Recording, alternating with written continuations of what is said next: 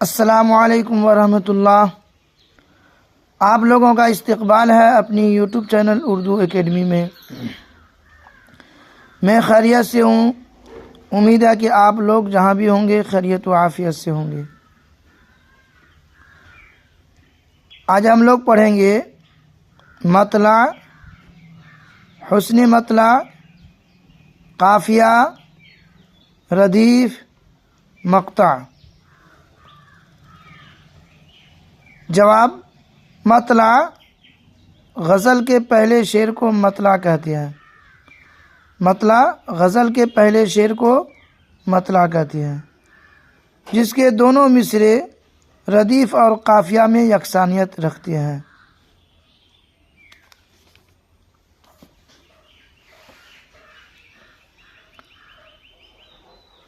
حسن مطلع: اگر غزل کے اندر مطلع کے بعد والا شعر بھی ردیف قافیہ میں یکسانیت رکھتا ہو اسے حسن مطلع کہتے ہیں۔ قافیہ: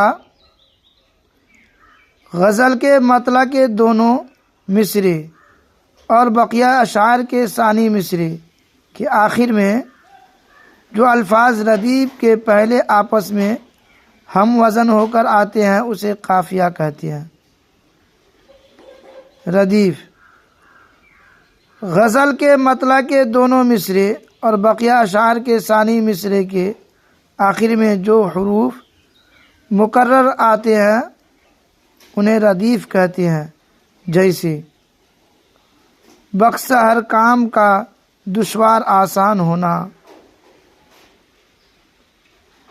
آدمی کو بھی میسر نہیں انسان ہونا۔ کیا پڑھے؟ بخش ہر کام کا دشوار آسان ہونا، آدمی کو بھی میسر نہیں انسان ہونا، یعنی آسان ہونا۔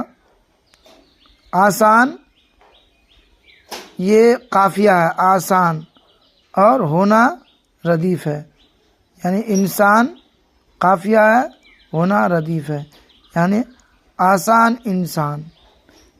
ردیف سے پہلے جو آتا ہے وہ قافیہ ہوتا ہے، ہم وزن آواز، جیسے آسان انسان، آسان انسان قافیہ ہوا، ہونا ردیف ہوا۔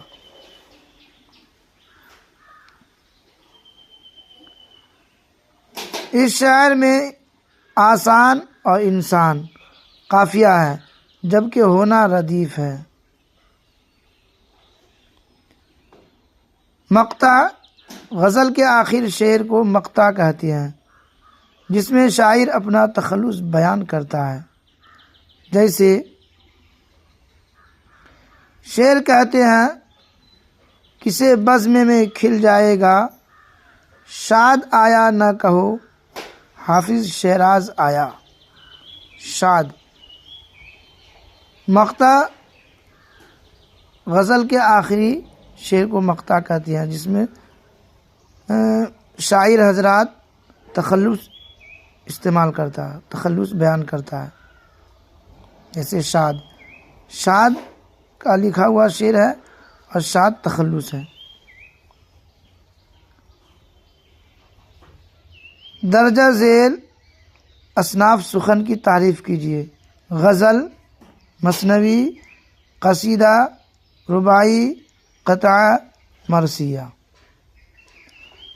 غزل اردو لغت میں غزل کے معنی عورتوں سے اور عورتوں کے بارے میں باتیں کرنے کی ہوتی ہیں، اور شاعری کی اصطلاح میں جب کوئی شاعر حسن عشق یا مناظر فطرت سے متاثر ہو کر منظوم کلام کہے تو اسے غزل کہتے ہیں۔ غزل بہت ہی مقبول صنف سخن ہے، آج بھی مشاعروں میں غزل کی کثرت ہے۔ مثنوی پڑھیں گے۔ مثنوی عربی کے لفظ ثنا سے مشتق ہے، جس کے معنی دو کے ہوتے ہیں، یعنی مثنوی کے اشعار الگ الگ ردیف قافیہ میں ہوتے ہیں۔ دو سے مراد ہر شعر کے دونوں مصرے ہیں۔ عشق و محبت اور میدان جنگ کے طویل داستاں غزل میں ممکن نہیں تھے، اس لیے اس مقصد کے حصول کے